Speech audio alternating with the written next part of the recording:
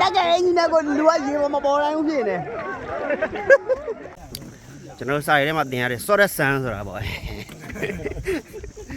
ဒီနေ့တိုင်းကြီးကကြောက်စရာကြီး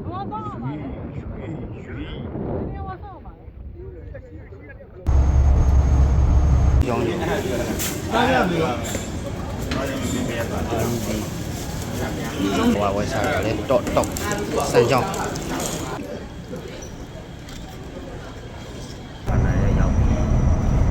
ဌာနနဲ့နှစ်ခုဖြတ်ပြီးရောက်ပြီ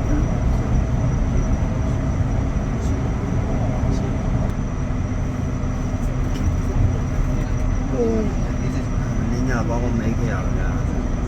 နားရီလောက်ပဲ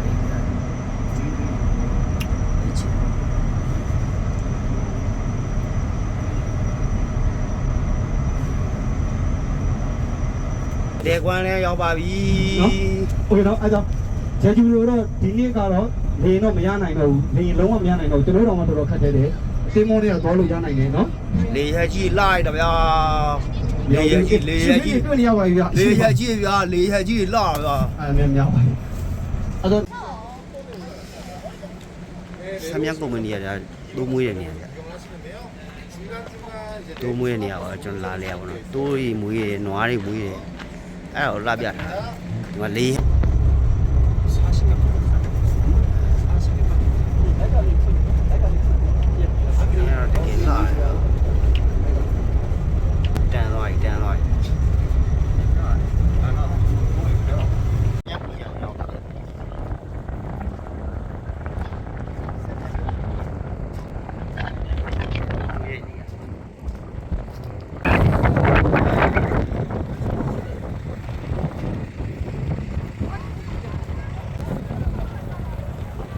လူရဒီမှာစင်းဆိုလို့ရဦးရပါရောက်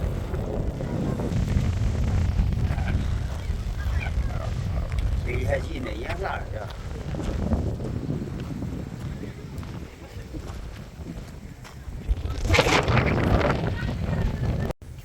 တော်ဒီကနေပေါ်တက်ကြည့်မယ်ဗျာဒီနေ့ပေါ်တက်ကြည့်မယ်ရှုပ်မိုက်တယ်လို့ပြောတာ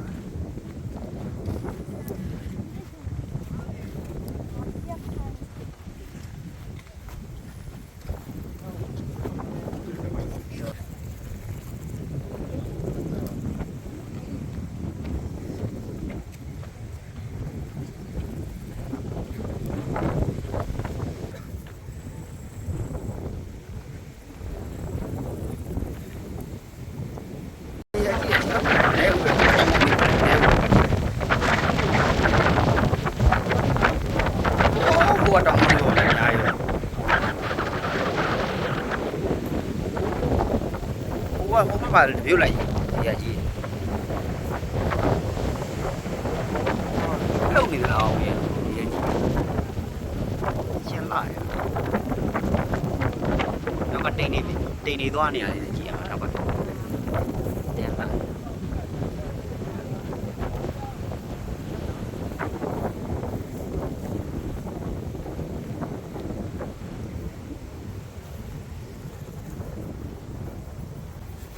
တန်ကြားလာဦးနဲ့ဟိုလမ်းဆုံးတဲ့ဒီပေါ့အောက်ကဆောင်ပါတမန်အောက်ကျစားပါဦးနေနေပဲတမန်စားပါအဲ့ဘက်ကစားလာဟိုဘက်တောင်ကုန်းတွေပေါ်လဲမှာတာပိုင်းကြီးရှမ်းပြည်ရတောင်ကုန်းတွေပေါ်မှာဒီလိုလေဟက်ကြီးတွေဆင်လိုက်လို့တော့ဘယ်တော့လှလိုက်လဲဖြီးသွားတယ်ဘယ်လောက်ဆွဲဆောင်နိုင်မလဲ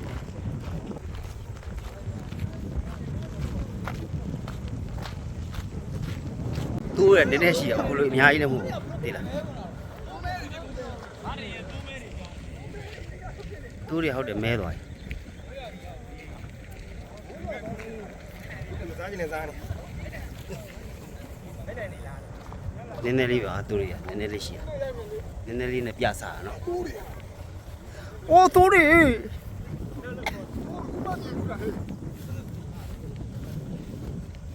ညတက်ဖန်းလို့တော့မိုက်တာပေါ့ဒီနေ့ရှူရတော့တားလှတယ်အဲ့တန်းလေးစီပြီးရိုက်လိုက်ရင်တကယ်မိုက်ဝင်လို့မရလို့မို့သွားလို့မရလို့နင်းလို့မရဘူးလားမြက်က တင်မဟုတ်တယ်ចောင်းတုံချင်းတင်မဟုတ်တယ်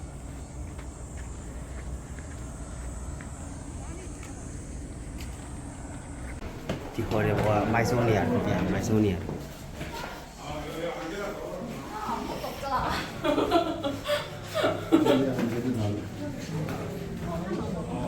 โอ้โห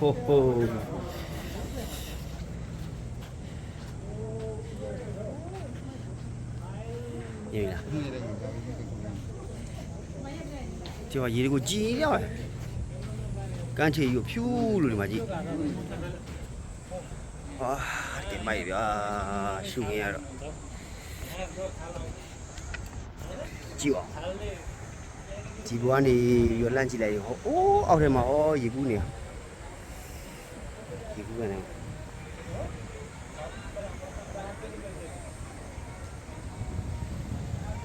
ဟောမလေဒီစီနေကြဗျာဟိုမှာဟဲ့ဟိုမှာရလေဒီစီနေရောက်မိုက်တယ်အဲ့စီလဲမိုက်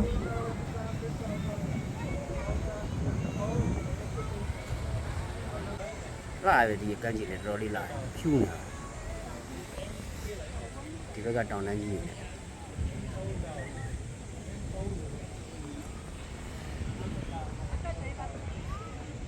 နေရတော့ဘူးပြင်မဲ့ပါစိုးချိုနေမပူခင်ရောက်အောင်သွားပါအားဒီမှာအားတူဆက်ဟိုအာဂျင်တီးနားကြီးခွင့်မသွားသေးဘူးဗျာဒီနေ့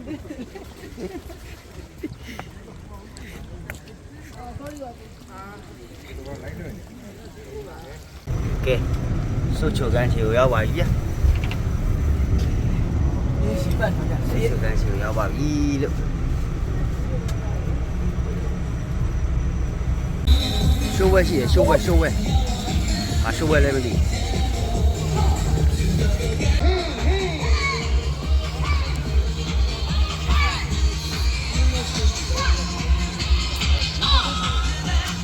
ပြင်လဲဆင်းလိုက်အောင်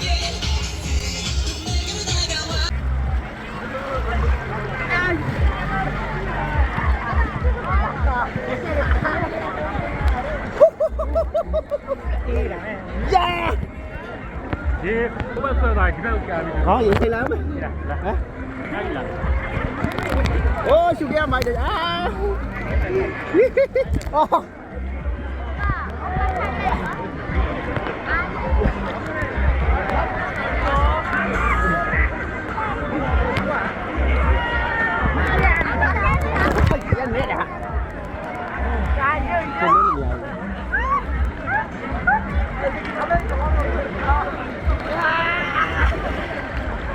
ဒီလာဦးမယ်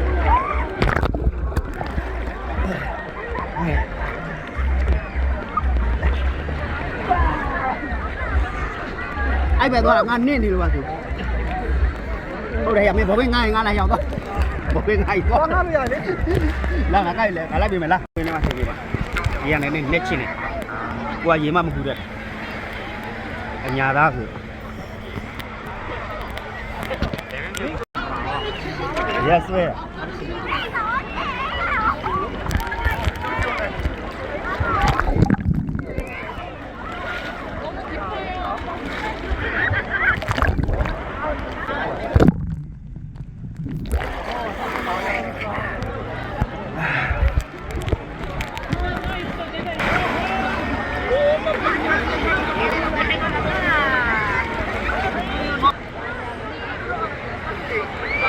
Người ra béo rồi, béo.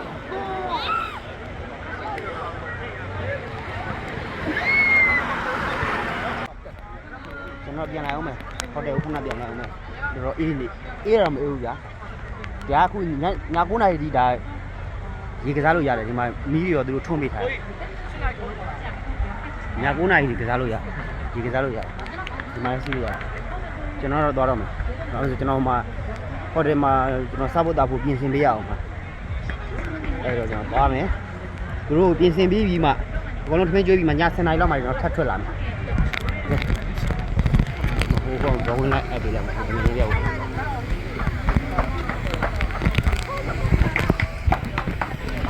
Đi đâu có ngay lại. Được chưa? 예, 링고요. 링고. 링고. 예. 5900. 5900. 예. 그죠? 반납되었습니다. 감사합니다. 네, 감사합니다.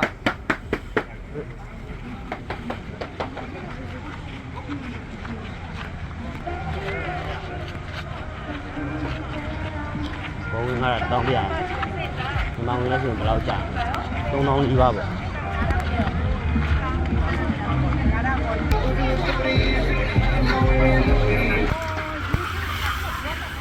Ngao thang. Đây đi khai này. Lúc bây giờ. Đi xe này mẫu sẽ được quen này đó. Số chủ mà sẽ được quen này số cái gì. Cho nó cái này không mà nào thôi là cái gì mà bà chỉ mà lẹ bỏ. Này vừa là che này. Nếu mai cái này mai ạ. Mai tu hoa này. Aku cho nó thoát lại trên mà bây giờ nó chắc rồi. Rất đi lẹ khơi này rồi cái gì ở ngoài là bậy rồi đi, giá chỉ là bậy rồi, bí bậy rồi. Chúng ta bây giờ bây giờ khả này rồi ở phía mà. Sochu Festival. Sochu Festival nó thôi, nó sẽ chọn. Con nào mí đi nó dài mày hả yêu? Đó. Nó là bay đấy chứ mà. Mà dây nó cũng bay cũng nhảy. Ra này không đấy. Cô đi xem mắt theo, em thì quả thằng mình chui nào con nào. Mà đi mía rồi không bị thay, chỉ là mình xem đâu này. Cô này nó vẫn xem đâu. Cô này thì xem này. Mà muốn lo mía đâu đấy. Để theo muốn lo mía đâu, theo lùi thôi rồi. Bố được. Mini đa thay. Cái này bộ, bây giờ chỉ mà bộ, bộ cái này khô mà bộ. Không có đi bầu mà giờ đi cùng xíu. Tại gì thế là gì? Mà nó cái này con nào nhánh này xài gì thế lại? Gì thế lại? Xí ra thế lại, con này nhánh này ăn thì một điều, ăn thì một đấy. Thì mà sao đi long này tụi này rồi xí cá này. Nhánh này thì bom nhà đấy, gì cái ra tụi. Qua đây gì cái ra luôn nhà rồi. Không mà kia là chú. Ê. Nhìn nào. Mà. Điều sổ. Ê, đâu gì đấy xin gì vậy? Check in rồi. 치킨 나와. Check in. Cái sau. 요거 두 개? 안에 하나씩. 아, 요거 하나? 알겠어요. 하나씩. 하나씩. 네. 알았어. 맛있겠네요. 네, 맛있어요.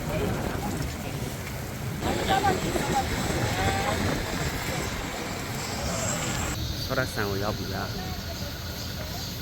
설악산의 다운치야. 이거 뭐하러 이지도 하면? 정미역 방송에 테마 이거 뭐하러?ဒီဘောကြီးတောင်ပေါ်ကကြတော့ကေဗင်နဲ့တက်ရအောင်နော်ဆိုတော့စန်တောင်အဲ့ဘောတက်မယ်ပြီးရင်ခဏနေအခုဒီလောလောဆယ်တော့အောက်ကစင်းလူတော်ခါပတ်ဖို့မယ်ပေါ့စင်းလူတော်သွားဖို့မယ်ပြီးရင်ဖုံချောင်းကိုသွားမယ်အဲ့ဖုံချောင်းကပြန်လာပြီဆိုမှတောင်ပေါ်တက်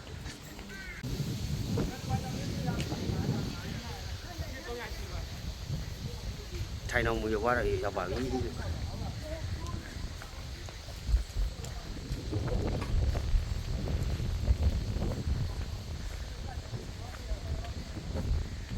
ထုံးကြီးတဲ့ပေါ်တန်း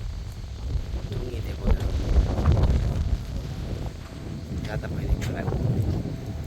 ဖုန်းချောင်းသွားတဲ့လမ်းချောင်းလေးမိုက်တယ်ဗျာတောင်ကြရည်စီစမ်းချောင်း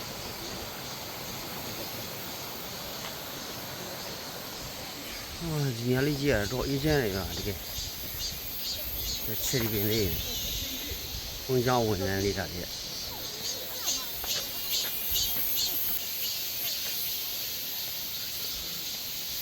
အေးချမ်းလိုက်တာ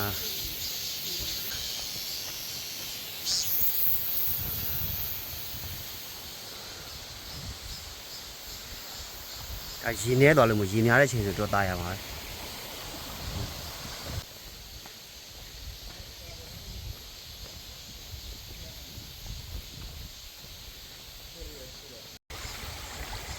ချောင်းလေးဆင်းလာတယ်မိုက်ဒါတော့ရိုက်နေကြတဲ့ဖွဲ့ကြီး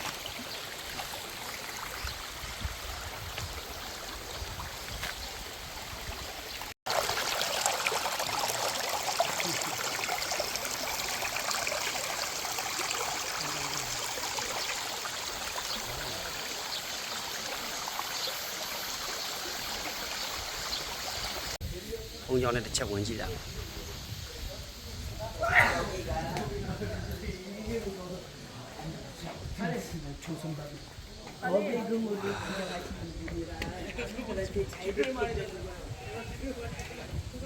ဘုံကြောင့်လည်းတောင်းကြီးမှာအေးဆေးလေးနော်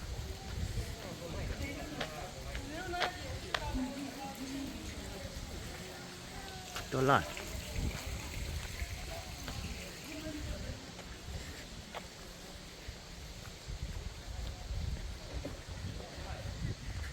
ဘုန်းကြီးတောင်ဝတ်ချင်တယ်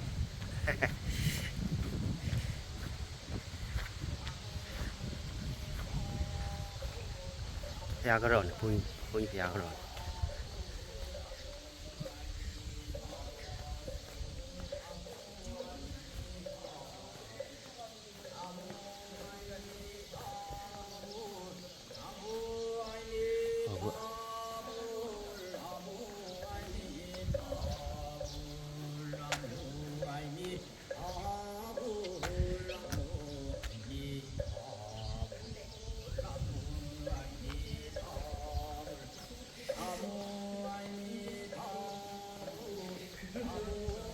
ခေါင်းလုံးကြီးပဲတစ်ချက်သွားကြည့်ရအောင်ခေါင်းလုံးကြီး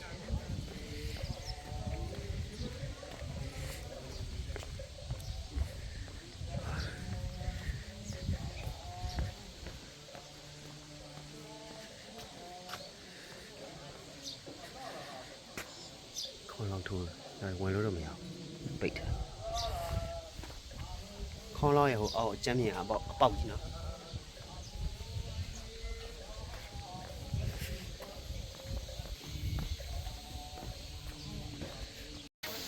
ရမ်းလာရတယ်ဗျာစိမ့်လန်းနေတာစိမ့်လန်းပြီးတော့တိတ်ဆိတ်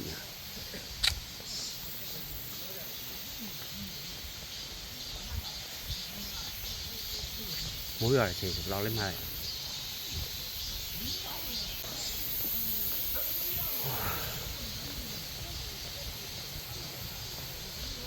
ကြောက်တုံးလေးစီးထားကြတယ်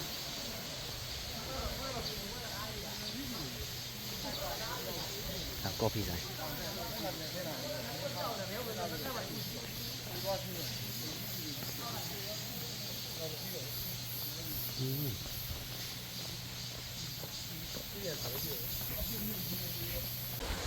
Say chada ni aya ni. Ina ko bini.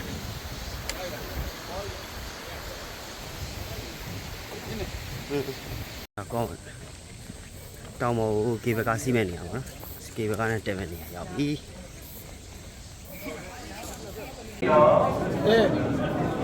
Ủa, gì vậy?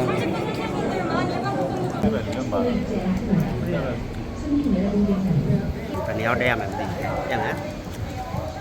Ồ, dạ, dạ. Bây giờ rong sản nó. Kỳ vật cái gì? Ồ. Bây giờ là gì vậy?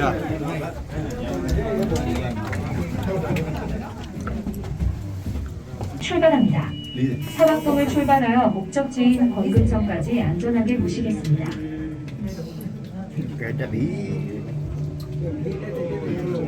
케이블카를 이용해 주신 승객 여러분 대단히 감사합니다. 케이블카는 설악동을 출발하여 목적지인 권금성까지 약 1200m이며 최대 초속 8m까지 운행 가능합니다. Welcome on board this Sorak cable car. This cable car is now going to depart from Soaring Dunk and it takes about 4 minutes to arrive at the destination, Hwangbyongsan. 이곳 설악산은 우리마다 바위가 줄지어 있고 그 빛깔이 눈처럼 하얗다고 하여 설악산이라고 부릅니다. 뒤로 북쪽을 향해 흐르는 바위는 해발 873m가 3km가 넘는 거대한 바위로 울산바위라고 부르며 설악봉을 출발하여 약 2시간간 바위 정상까지 오르실 수 있습니다. If you look behind you to the north, you will see huge rocks called Ulsan Rock from the entrance of the Sorik Small Park. It takes about 2 hours to get to the peak of the Ulsan Rock, which is 873 meters high. 또한 울산 바위를 오르는 길목에는 한 사람이 흔들어도 흔들리지 않는 바위가 자리 잡고 있습니다. On the southern area of the small park, by Joan, a small temple is located, and Hino Line. 창밖을 보시면 또 한 대의 케이블카가 지나가겠습니다. 분이 이곳에서 성을 쌓았다 하여 건금성이라고 부르며 그 당시 유물인 석축들을 찾아볼 수 있습니다. Hwangbyongsan is 700 meters high. In Goryeo dynasty of the 12th century, Hwang and Kim families found this area as a shelter to avoid political turmoil, and Hwangbyongsan got it.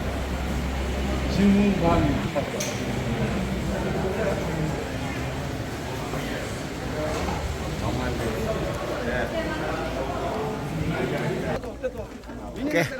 Libby.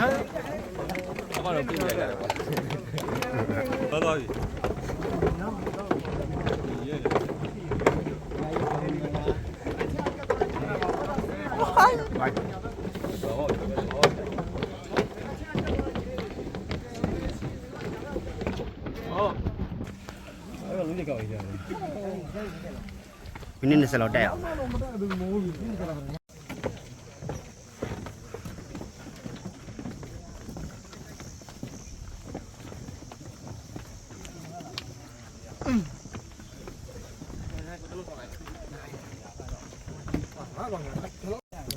ကျွန်တော်စာရေးထဲမှာသင်ရတယ်စောရက်ဆန်ဆိုတာပေါ့စောရက်ဆန်တောင်တက်နေစောရက်တောင်တက်နေဒီတောင်စောင်းလေးဆိုလဲအရန်လာသေးလားစောင်းလေးကိုလေတည့်ရရောင်ပြောင်းတဲ့ချိန်လေလာတယ်အကုန်လုံးကြောက်တောင်တကယ်ကြောက်သားတောင်လုံးဝကြောက်နေပြီးပြီလားဒါပဲဒီနေ့တော့ဒီနေ့နဲ့တည်းကြည့်တယ်လာပါခဏထပ်ပြီးတက်ရှင်နေတာသူဟာရလာရဖြူလေး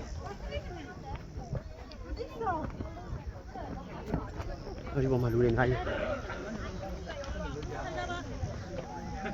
안녕하지 말고 할머니가 같이 가. 너 혼자 다니지 말고. 알았어, 끊어. 어서 뒤집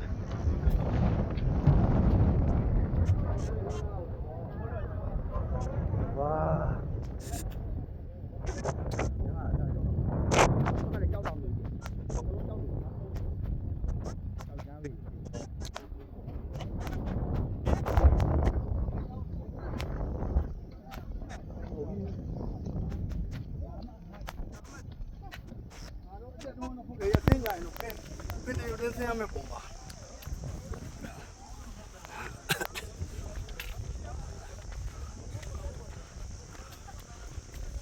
샷집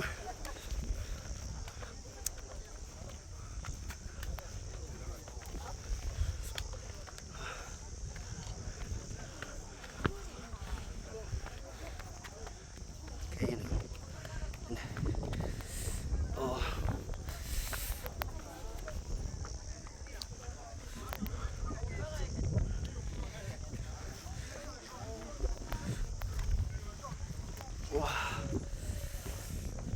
이래야 뭐라 đẹp không có mà là ngay người kia ai mà bro to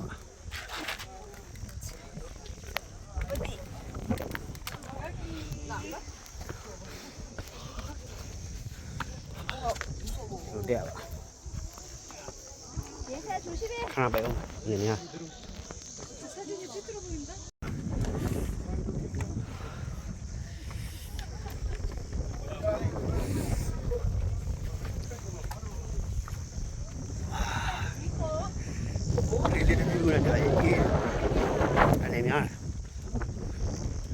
မိုက်တယ်ဓာတ်ပုံရပြလိုက်အောင်တက်ကြည့်လိုက်အောင်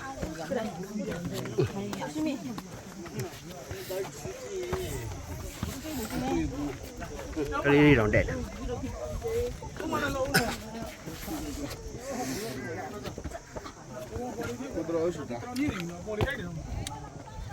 ေးခဏကိုလည်းရပြီတော့ โอ้ ကိုယ်လေးကိုခဲ့ပါလေ ဟာရမိုက်တာ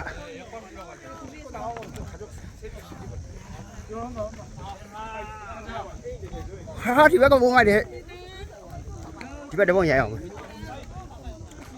ဟောဟိုမပင်လေကြီးကိုလမ်းမြင်နေရဟေး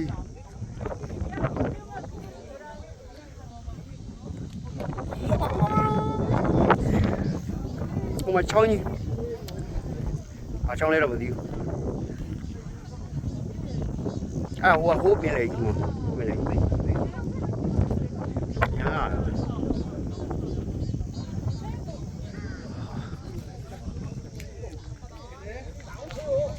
ပြန်ဆင်းလာပြီဗျာပြန်ဆင်းလာပြီခုဒီဘက်ကို view point မှာတစ်ချက်ဝင်မယ်အောက်ကိုကေဘကစီကိုစီဟမ်โอ้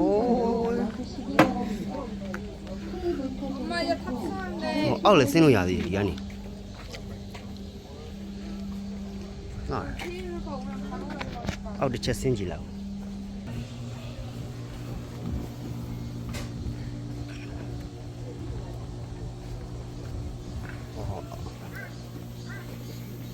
အိမ်နာအောက်မှာအဲ့ဒါအောက်ဆင်းရတာ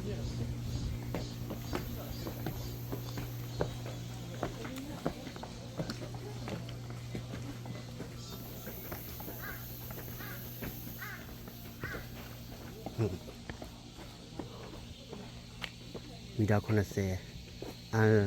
န်လကံဒီဘက်ချက်သွားကြည့်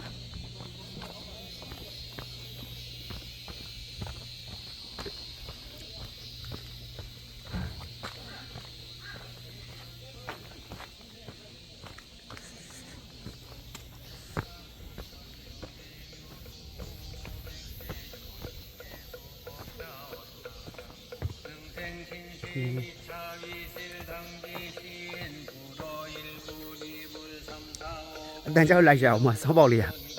စောင်းပေါက်ချိတ်တယ်ဖုန်းကြောင်းရှိလို့လာပေါ့ဟုတ်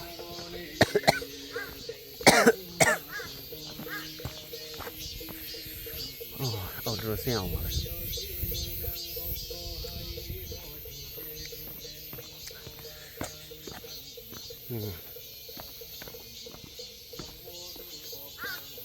အော်မဖုန်းကြောင်းရှိတယ်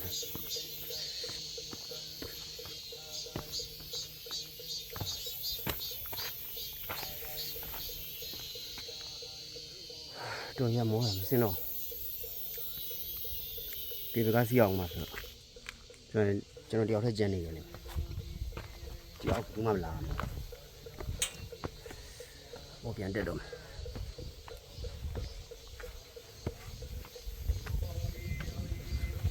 ီလိုပြုလို့နေမိုက်တယ်ဟောမတက်တော့ငယ်လားဟုတ်ပါဟုတ်တယ်ဟုတ်ပါကြည့်ကန်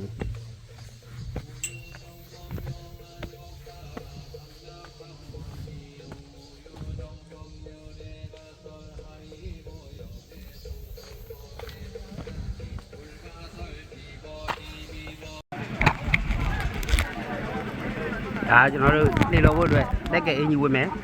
ပြီးရင်အုတ်ထုတ်ဆောင်းမယ်အုတ်ထုတ်ဆောင်းပြီးရင်ဒီတက်တွေယူအောင်တက်ကလူနည်းလောက်တာပေါ့ပေါ့လေး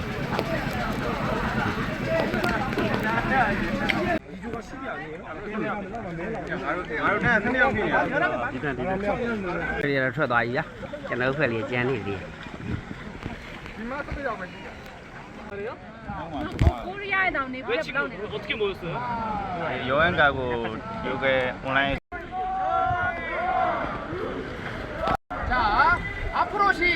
불어하네요, 나. ကရှင်ပြည်နယ်မြစ်ဆုံရောက်နေတဲ့အတိုင်းပဲအေးဒီကမိုက်တယ်ဒါဟိုဘက်ကျရင်ရေစီးကကျန်းတော့မှာနော်ကျွန်တော်တို့နည်းနည်းအကြံတန်းလေးလောက်ရတော့မှာလဲစီး လေးငိမ့်နေတာပဲ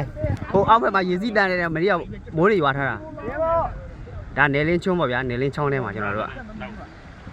နေလင်းချောင်းထဲမှာလက်တင်လုံးနေမှာဖြေရလို့ဟုတ်တယ် ဒီနေ့ညောင်းရင်တူမယ်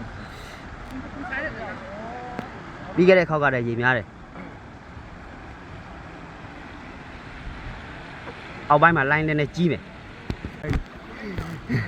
ခုနကလေးလိုက်ကြည့်လို့မို့ဒါမို့ဗီဒီယိုရိုက်လို့မရလို့မို့ရိုက်ခဲ့ရအောင်မိုက်တယ်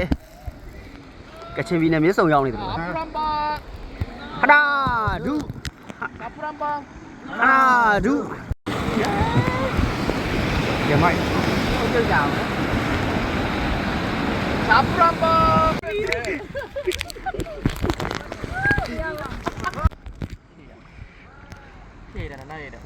မ်ဗီဒီယိုရိုက်နေတာတာရလို့မို့တကယ်မြေကြီးနားရောက်နေတယ်လို့ပဲနော်နောက်မှမယ်နော်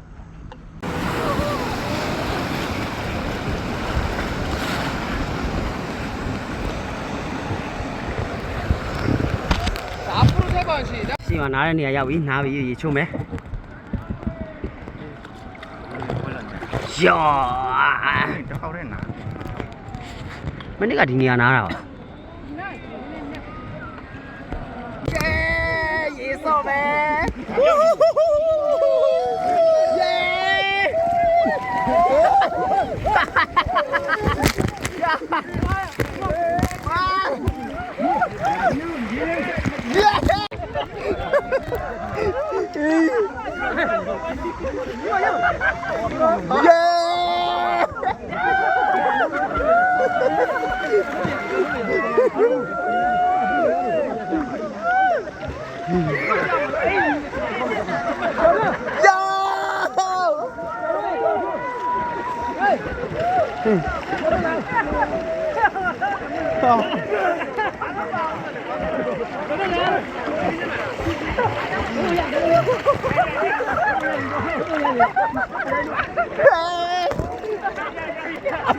အတက်ကလေးကြီးနဲ့ကိုလူကရေမပေါ်တိုင်းဘူးဖြစ်နေ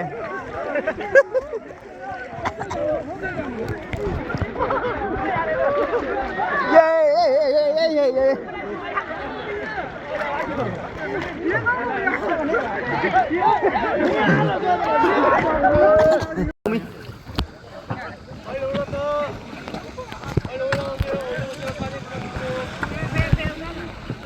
ဘယ်တော့မှအိမ်မြန်မှာပေါ့ဟုတ်တယ်ရှေ့မှာ line တော်တော်ကြီးရဲ့အနေကြီးရဲ့တဲ့ရိုးရိုက်လို့မရဘူးတဲ့ဒါပဲနော်ဒီနေ့လေးလာတာဒါလာ